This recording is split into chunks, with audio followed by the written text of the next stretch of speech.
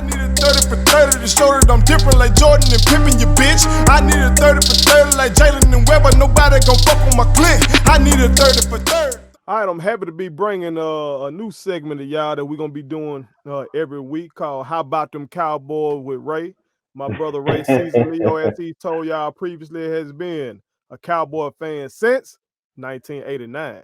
So That he's is a real one. Before the triplets dynasty, that man was rocking with them Cowboys. So what up, man? How you doing? Man, I'm good. I'm good, man. I didn't know how I was gonna be doing for this segment, especially after the way things got started in that game. Right. But luckily, and I do mean luckily, the Cowboys are 1-1. I am not confused about what happened. I'm confused about how it was allowed to happen. But at the end of the day, I'm thankful to be 1-1 because we could be 0-2 going to play Russell Wilson and them, as they would say. Man, I just want to, in your household, how was your reaction? I know your wife is a Cowboy fan, my godson. How was y'all reaction watching that that game unfolded in? It's crazy. So Sunday was, as you know, because my son's your godson, was Landry's birthday. So It was weird, man. Like, we started off watching the game, and Tony Pollard fumbled, Zeke fumbled. I think Zeke fumbled twice, and it was just like, all right, it's about to be one of them days. Like, if you're a Cowboys fan, you know what I mean too. It's like, all right, it's about to be one of those days. What can I be doing to like watch the game, but keep yourself from like throwing a fit? So luckily, I had ordered a bounce house for my son for his birthday. So I was outside playing with him. Had the TV on outside too, so kind of doing a little bit of both. I knew that the game was not over early because we're playing the Falcons. Okay. If you told me, I'm just being real. I'm just being real. Any Falcons fans out there, I'm just telling you, and y'all know what it is too. Even when they were up 20-0, I'm like, the game isn't over. It's not looking good, but by no means is this game over because I know the offensive firepower that we have on paper. Because I still say paper because you just don't know what to expect right now. But I knew that we had a shot, but I was like, we can't give up many more points.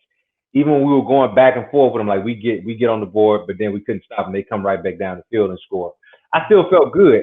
In the second half, it was more like time is of the essence because at that point, it's more how many possessions do you have versus how much time is. The time is not really a factor. It's the possession count that's really the factor, man. Especially with the Falcons because they don't really run the ball consistently like they should with Todd Gurley. So, long story short, man, it was as expected. Underperformance on both sides. When it comes to playing the game the right way. And I'll never forget the Cowboys made a little run toward the end.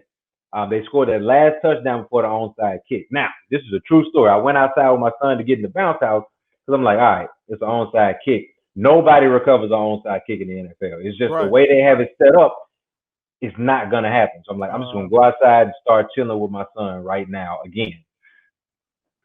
My wife runs to the door and she's like, they got the onside kick. They got the onside kick.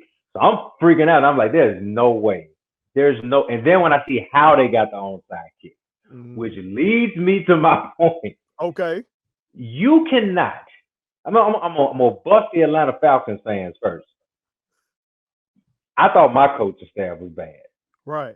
The Atlanta Falcons coaching staff is horrid. Like the fact that they're all employed still today is a blessing, and they should be like excited about it. Man, I understand that there's a lot going on in the NFL right now as far as like the pandemic.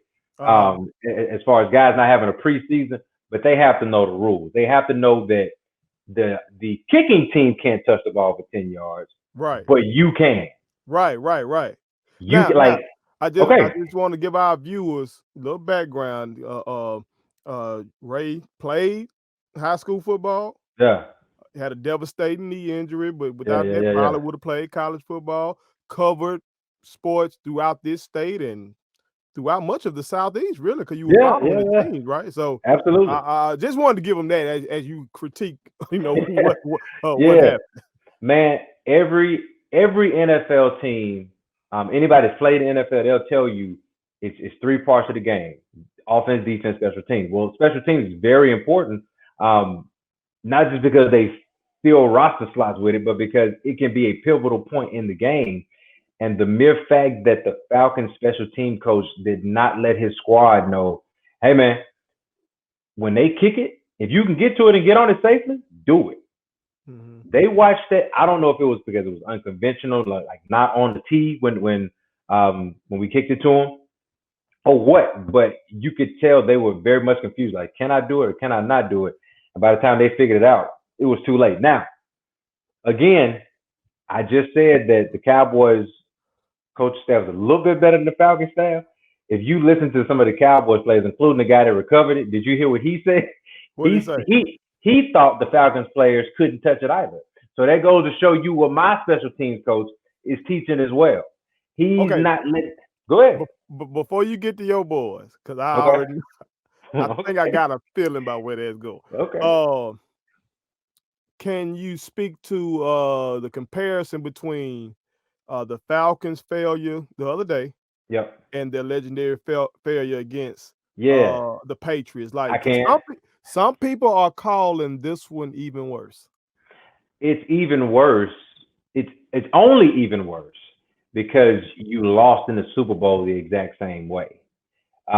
So if nothing else, everybody who played in the Super Bowl, which is not as many guys as you think on the Atlanta Falcons squad, but if you're in that organization, a 28-3 lead is something that is always going to be known. So it's not like you don't know that happened. Yeah. Long story short, man, once you lose like that, it should I won't say it should never happen again, but when you're up 20 points, it should never happen again. At the end of the day, that's just bad culture. Again, that is a direct reflection on Dan Quinn, their head coach. I'm not saying he's like a bad guy, but he's clearly not a guy that reinforces the fundamentals. Right. Man, this is basic stuff. If you don't know the rules, you shouldn't be on the hands team. Yeah, the hands team is because you got the best hands. You're expected to be able to, bring it in softly and safely. But you got to know the rules, man. That's the reason the Atlanta Falcons lost the game. Their defense is terrible. Our defense wasn't that impressive either. We made some boneheaded mistakes in our special team, which I hope we get to in a minute. But when we're just talking about this one particular play, man, you got to know that, especially when you've had time to allow the Cowboys to score and you know that they're going to do the onside kick. As a special team coach, you bring everybody together and say, when it comes to you, if you can get to it within, the 10 yards even beforehand, go ahead and do it, and we can all go home and have our first win of the season. They were just sitting there like, what do we do now? And before they could realize they could touch it, Cowboys player fell on. That's crazy. Now, to get to your boy, because, I put in our group text that my former coach for the Green Bay Packers, y'all might should think about getting rid of that man right now, because some of the stuff I saw from him is like we already talked about him not kicking the field goal in week 1. Yeah. And then not only not kicking the field goal, the play that he ran was just weird to me. You know what I'm saying? And then garbage. Yeah. He yeah, that's what it was. Trash. He follows that up the very next week. You already talked about the fumbles and everything. Yeah. And then, but the coach then follows up. I don't know. It's like he just turned into a big time gambler with y'all. Like he got with Jared Jones, and he just because it was sometimes that Aaron used to get mad at Mike McCarthy for being too conservative. Like I remember you saying it all the time. I do. Aaron is a GOAT level quarterback. Aaron used to be like, "Look, I can get this," and we be punting. Yeah. And now he get down there with y'all, and in 2 weeks, it's like he done went for it more often than I remember him going for it in 10 years with my franchise. In 2 weeks, McCarthy has allowed I don't know whether he's allowed his special teams coach, John Fossil, or he made the call. We've done 3 fake punts in 2 weeks. Think about that. Most teams don't do that in a season, right? What? And we've done it in 2 weeks. We did it twice in the Atlanta Falcons game. The second one we did, the first one should have happened. Caught the Falcons off guard. Chris Jones, our punter, had a wide open guy. The guy just missed it. He just missed it. I mean, flat out missed it. So that one should have worked. But the second one, now that one, you're right. That was butt naked. I saw that. Yeah. One. But I was like, where he did it though, that's risky because as a coach, you got to worry about the execution of the play. But I'll give him a small pass on that because the knock on McCarthy was he was too predictable when he was with y'all. So now he's trying to play the analytical game. But this is where your analytics have to take a back seat to common sense. And McCarthy should know better.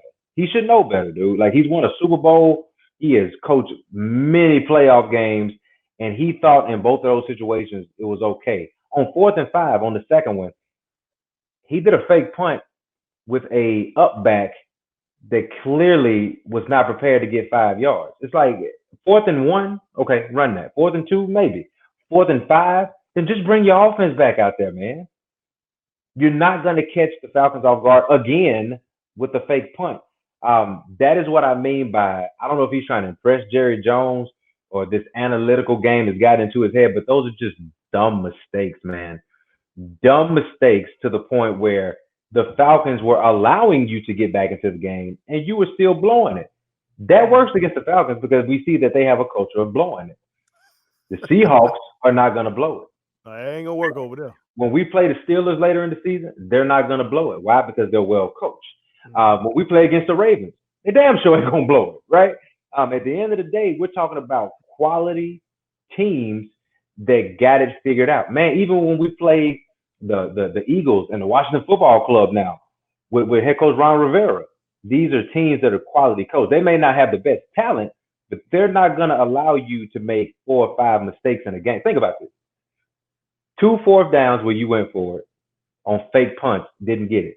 3 fumbles. That's 5 possessions that you gave back in great field position. You ain't supposed to win that game. You're not supposed to win that game. And I don't care who you playing. It only works with the Falcons in this case. I hate to keep crushing the Falcons, but this these folks about to be high with us on those 5 turnovers. That ATL. Just the 5 that we're mentioning now. 5 turnovers. Right.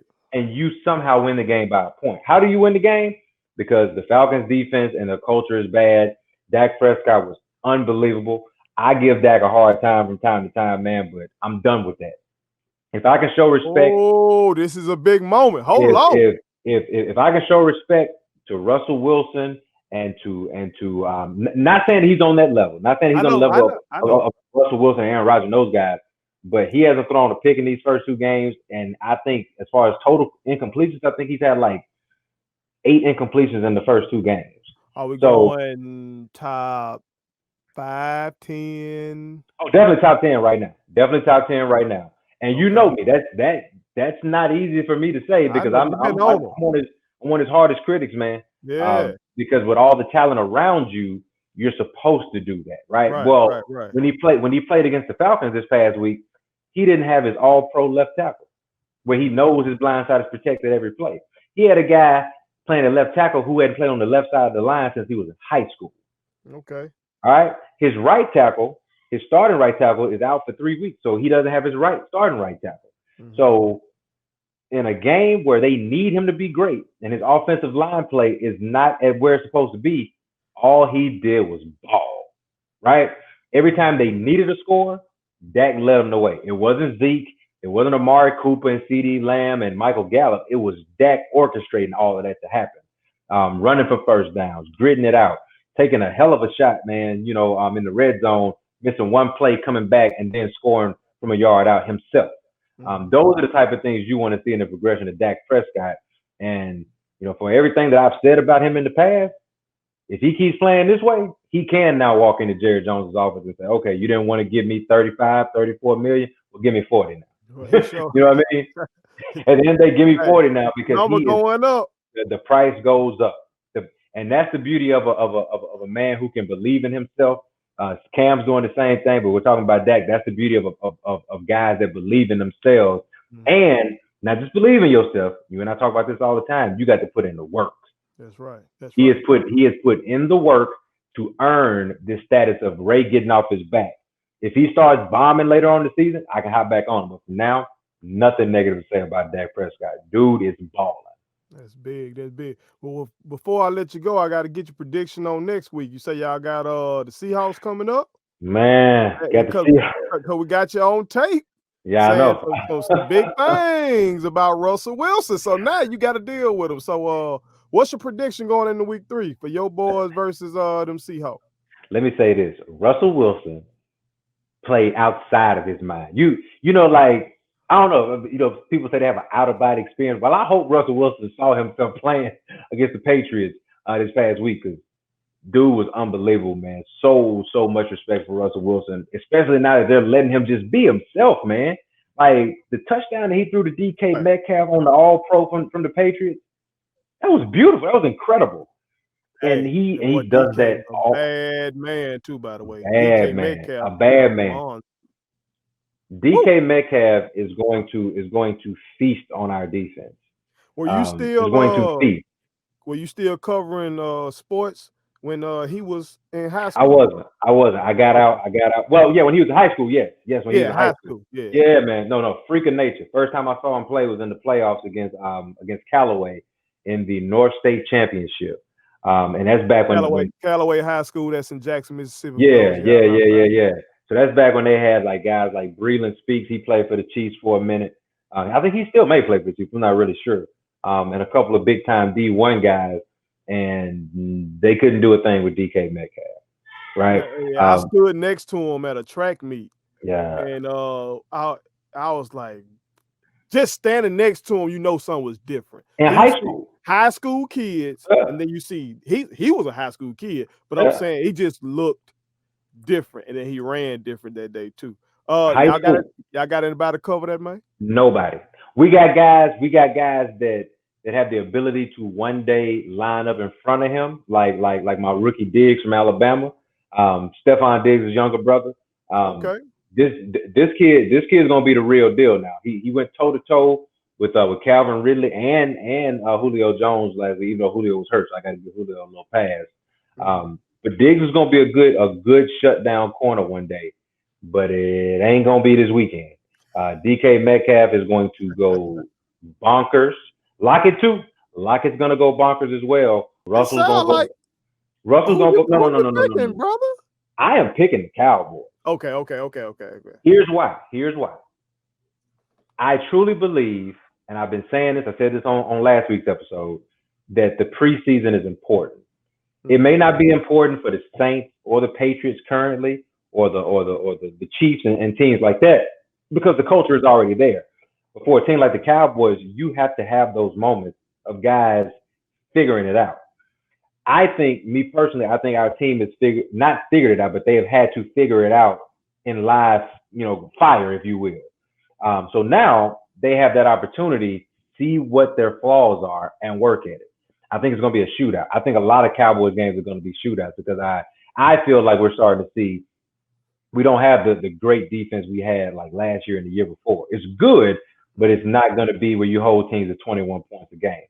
I think a lot of times we're going to have to outflank guys and just, quite frankly, outscore them. But I really do think we got the weapons to do it. And if it comes down to a shootout, which I think it will, I just feel like we got the better weapons.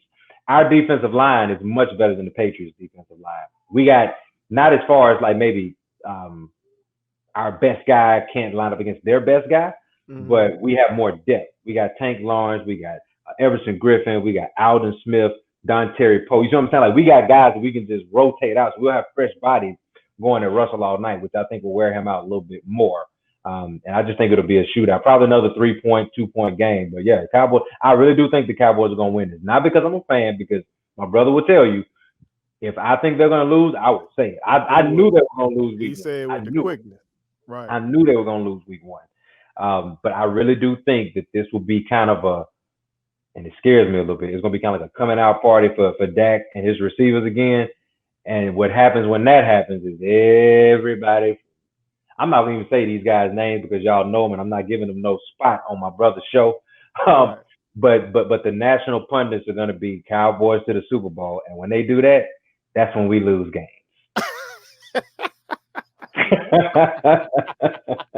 That's when we lose 3 or 4 in a row, man. And you have me on here like 4 weeks from now, and I'm just over here like this. Oh, no. But this week, We got it done. We got it done. Now we'll come back to this next week and we'll see what we stand on. Well, we'll see, man. We'll see. Well, that is how about them Cowboys with my brother Ray Caesar Leo. Appreciate you, boy. Yes, sir. Yes, sir. Go. Subscribe to our daddy's YouTube channel. He's the best. Hit the like button, turn on the notifications.